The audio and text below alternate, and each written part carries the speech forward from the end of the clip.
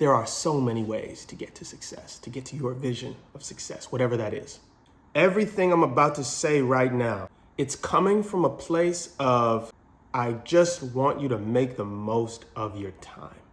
Coming from a place also of, even if you don't make the most of your time, you can still get to where you want to go in life. You could still get to your vision of success. So there's nothing absolute about what I'm about to say. There is nothing absolute. I am saying this because if you can take the message that I'm trying to send and absorb it, I think you can get to that vision quicker. I think your journey to that vision will be, along with being quicker, more fulfilling and more worthwhile. You don't need to go to college to be successful. But if you do decide, if you make the adult decision to go to college, you should have a reason why.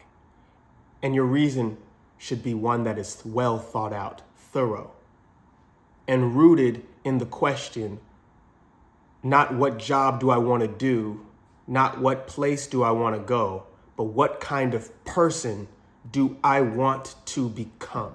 Every year for the past 8 years, I've asked first-year students this very question.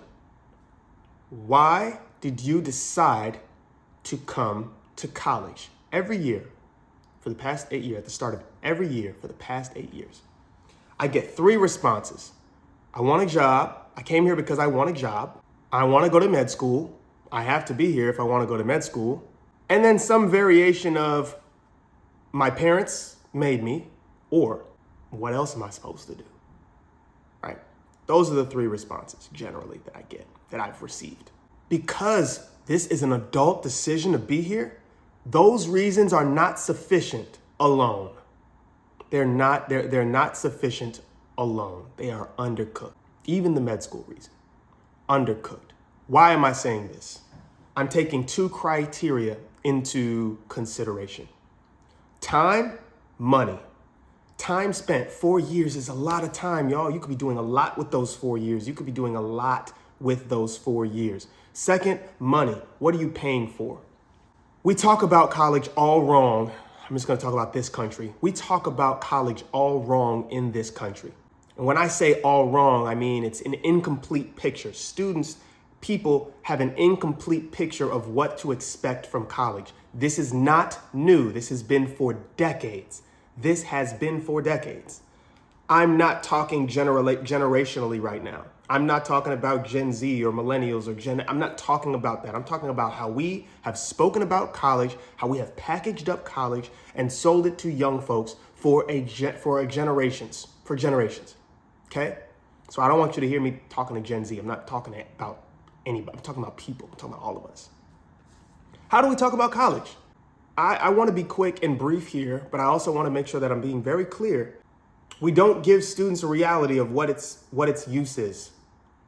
And maybe that's why there's so much distrust for colleges today. We tell students that this is where you go. You're going to have a great time. You're going to party. You're going to experience the traditional college life. Be on campus, be on the quad, all meet, yeah, whatever, blah, blah, blah, blah, blah. And very rarely do I hear people talk about the rigor, the challenge, and what that means and why they go through that. You know, back in high school, we used to say, me and myself included, we say, well, I'm never going to use this course.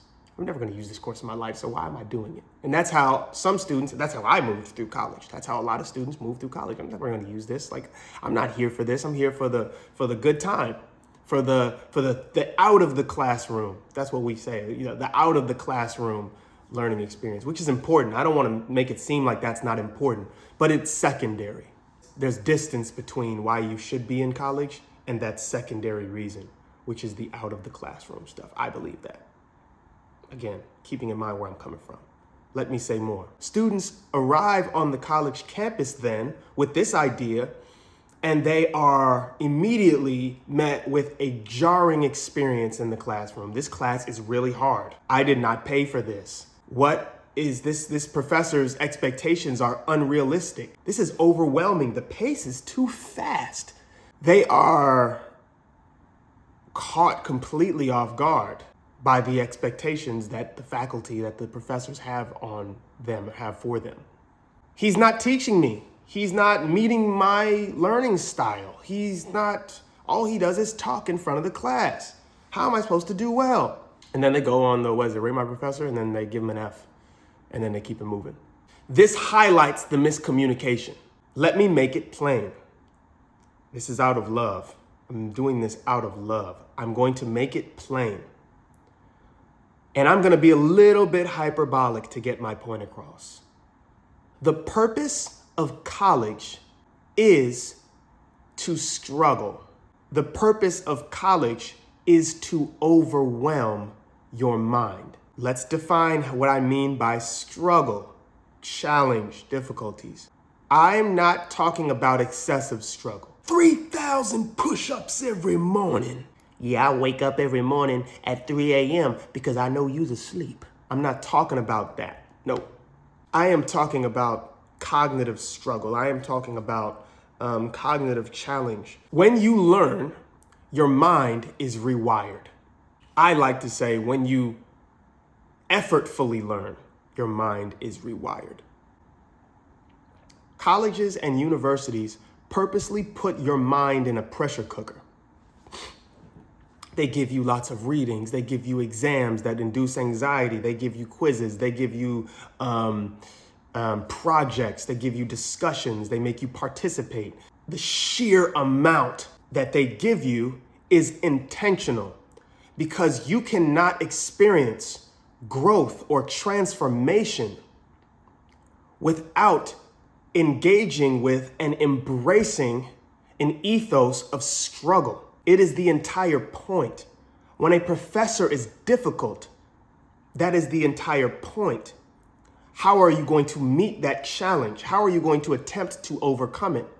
If you're not going to college to take hard classes, then I don't know why you're going to college. If you're not going to college to transform, everybody, maybe I could be wrong. Maybe I'm speaking out of turn here. I could be.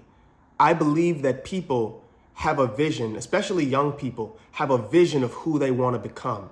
They have a vision of the person that they want to become, or at least a vision of the person, the kind of life they want to live, at the very least. And I think that those same young people that have that vision understand that they are not there yet.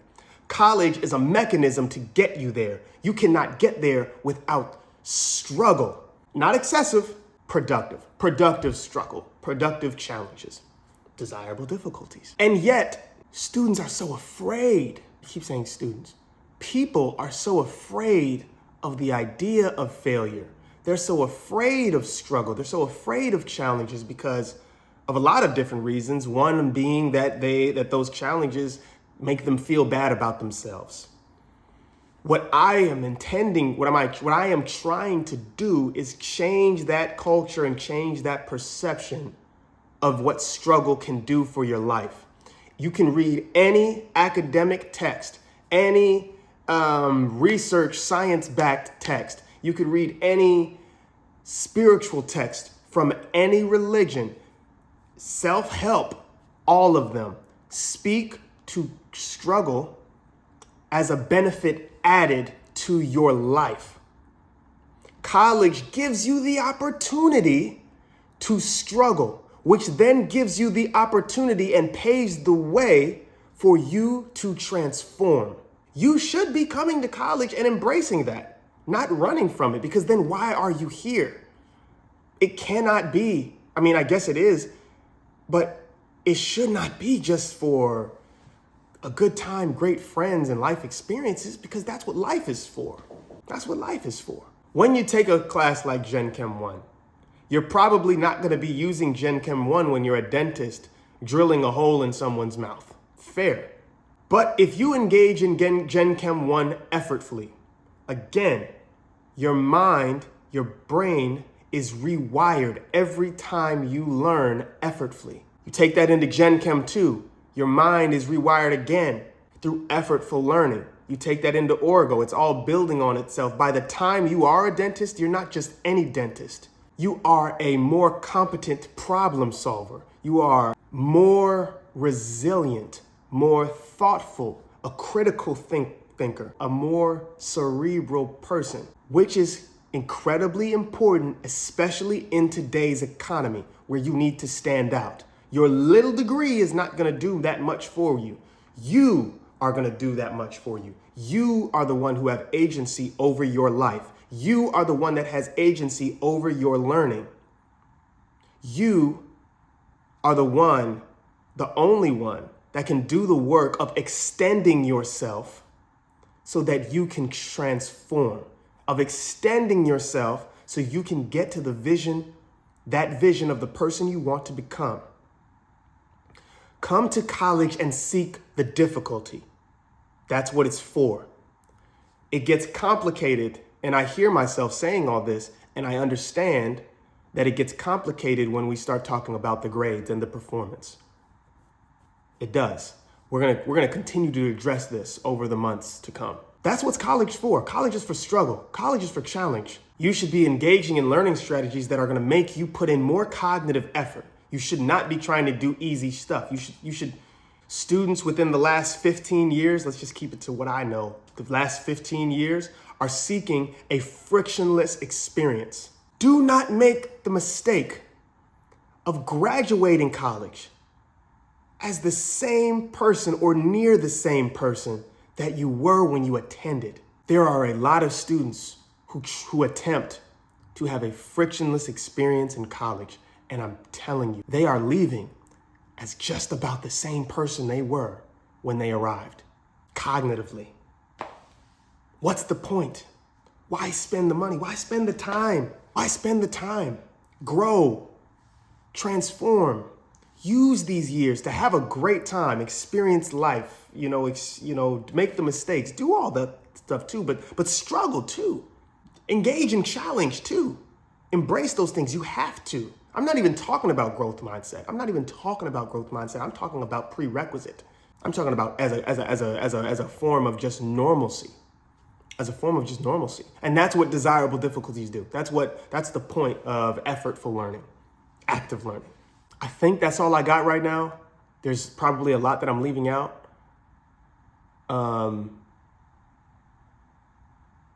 Yeah, we'll talk. That was on my mind. I wanted to share, and we'll keep it going. Make sure to like and subscribe to Chris and Canon channel.